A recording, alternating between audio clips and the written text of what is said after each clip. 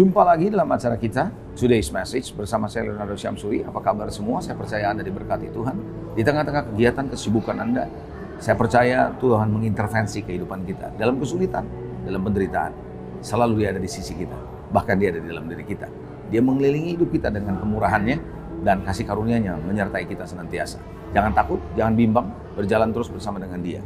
Kali ini saya akan berbicara satu topik mengenai panggilan yang tertinggi bagi orang percaya. Panggilan yang tertinggi bagi orang percaya. Nah, saudara yang dikasihi Tuhan, panggilan untuk orang percaya bukan hanya diselamatkan. Sambil kita diselamatkan lalu kita menunggu surga. Bukan itu saudara.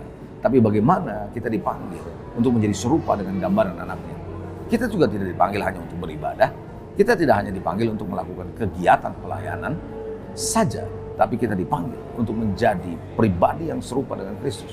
Roma 8 ayat 29 berkata demikian. Kenapa demikian saudara? Anda mesti mengerti bahwa ketika manusia diciptakan pertama kali adalah manusia diciptakan serupa dan segambar dengan Allah. Artinya ada yang mirip dengan Tuhan. Nah, itulah sebabnya kenapa ketika jatuh dalam dosa, manusia kehilangan semua pola dan gambaran ini. Nah, Dia datang ke dalam dunia ini untuk menebus kita dari dosa dan membawa kita menuju kepada keserupaan dengan Kristus. Jadi perjalanan saudara dan saya sebagai orang percaya bukan perjalanan ibadah. Bukan perjalanan pelayanan, bukan perjalanan tugas dan tanggung jawab dalam pekerjaan Tuhan. Bukan, walaupun semua yang saya sebut itu penting.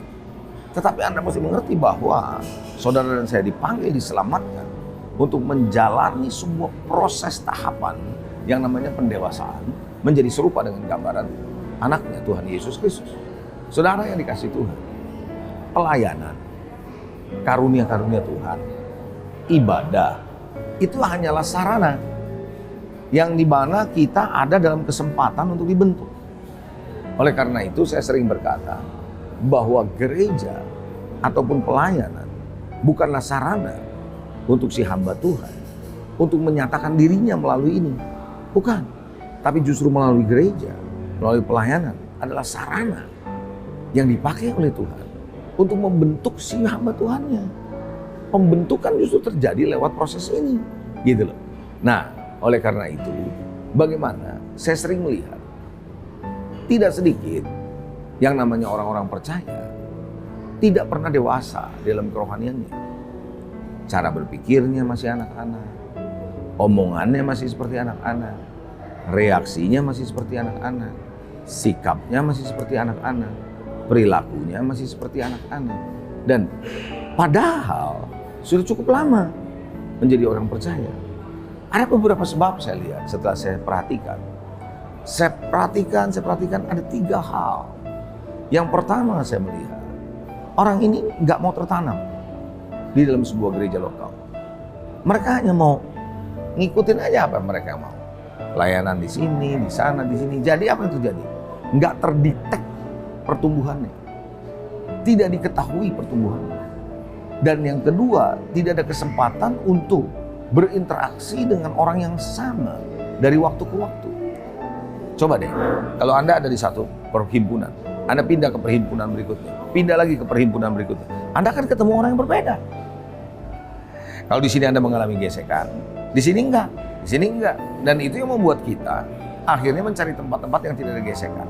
Dan kita ketemu dengan orang-orang yang berbeda-beda. Nah, pembentukan hanya akan terjadi kalau kita terus-menerus ketemu orang yang sama, kita dibentuk. Anak dibentuk sama orang tuanya, oleh karena ketemu sama orang tuanya dari waktu ke waktu. Suami dan istri terbentuk karena ketemu dengan orang yang sama. Nah, ketika Anda ada di dalam gereja lokal, maka Anda ketemu orang yang sama, pemimpin yang sama, di situ ada dibentuk. Nah, nasihat ada, koreksi ada, bahkan dalam interaksi kita juga besi menajamkan besi, manusia menajamkan sesamanya. Jadi lewat ini saya dorong Anda, kalau Anda mau menjadi serupa dengan gambaran anaknya, jangan hidup mandiri, independen. Tapi Anda harus ada dalam sebuah komunitas secara kontinu yang namanya gereja lokal. Di dalamnya ada pemerintahan ilahi. Nah, saya percaya kalau ada pemerintahan berarti ada penundukan diri, ada ketaatan. Di situ kita belajar banyak. Itulah polanya Tuhan. Ayo, saya mau mengajak saudara. Terima panggilan tertinggi menjadi serupa dengan Kristus. Sampai jumpa di acara selanjutnya. Amin.